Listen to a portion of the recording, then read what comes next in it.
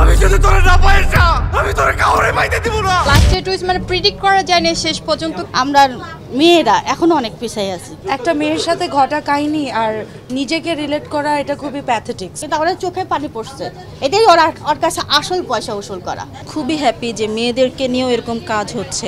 এখানে সামাজিক যে প্রক্ষেপটা তুলে ধরা হয়েছে এটা আমার কাছে খুবই ভালো লেগেছে। আমার 17 বছরের চাকরি জীবনে এমন বিভৎস লাশ আর দেখি নাই স্যার। টুইস্টটা লাস্টের টুইস্ট মানে প্রিডিক্ট করা যায় না শেষ পর্যন্ত কে আসলে মার্ডার করেছে। খুবই ভালো ছিল সবচেয়ে। বাঁধন অসাধারণ অভিনয় করেছে, ওভারঅল খুবই ভালো। 10-এ কত দিবেন? 8।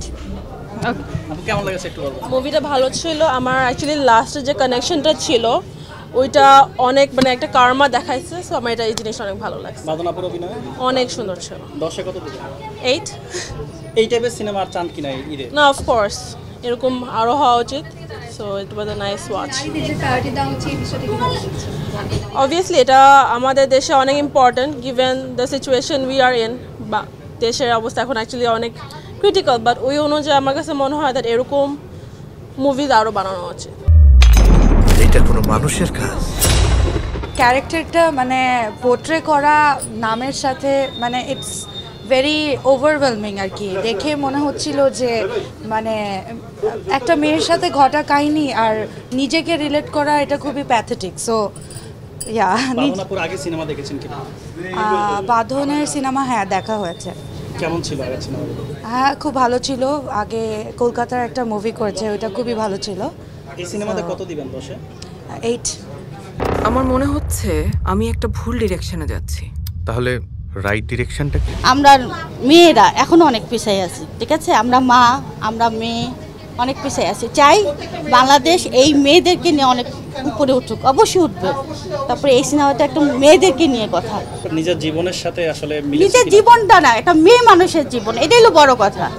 নিজের জীবনকে নিয়ে প্রেজেন্টেশন করা কোনো মানেই না, কিন্তু একটা মেয়েকে নিয়ে।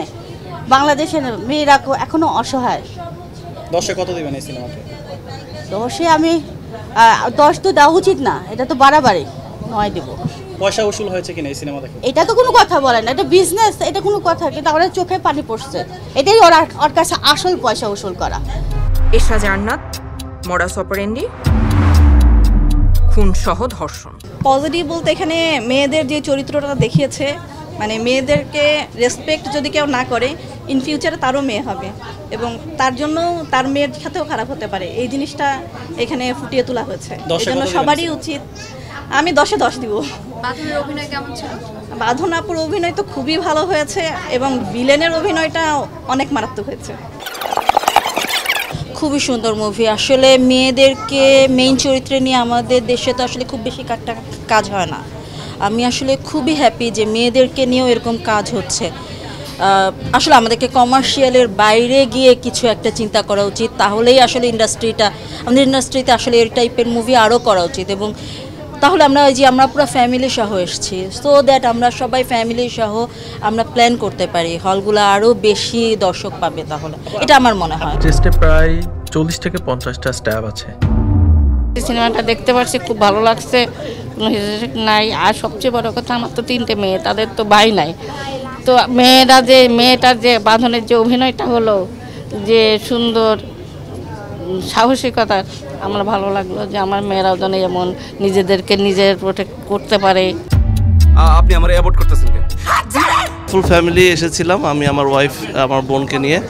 আসলে মুভিটা খুবই সুন্দর ছিল। এখানে সামাজিক যে প্রক্ষেপটা তুলে ধরা হয়েছে এটা আমার কাছে খুবই ভালো লেগেছে। শুধুমাত্র মুভি মানেই যে নায়ক ভিলেন এরকম থাকবে তা না। এই মুভিটার মানে না দেখলে বোঝা যাবে না, এবং শেষ পর্যন্ত না দেখলে আসলে বোঝা যাবে না যে কাহিনীটা কি। বাংলাদেশে এই ধরনের মুভি আমার মনে হয় ট্রেন্ড শুরু হয়েছে। আই থিঙ্ক আমরা সামনে আরও এরকম মুভি পাবো। পরিচালক 10-এ 8। আমি যদি তোরে না পাই না আমি তোরে কাউরে পাইতে দিব না।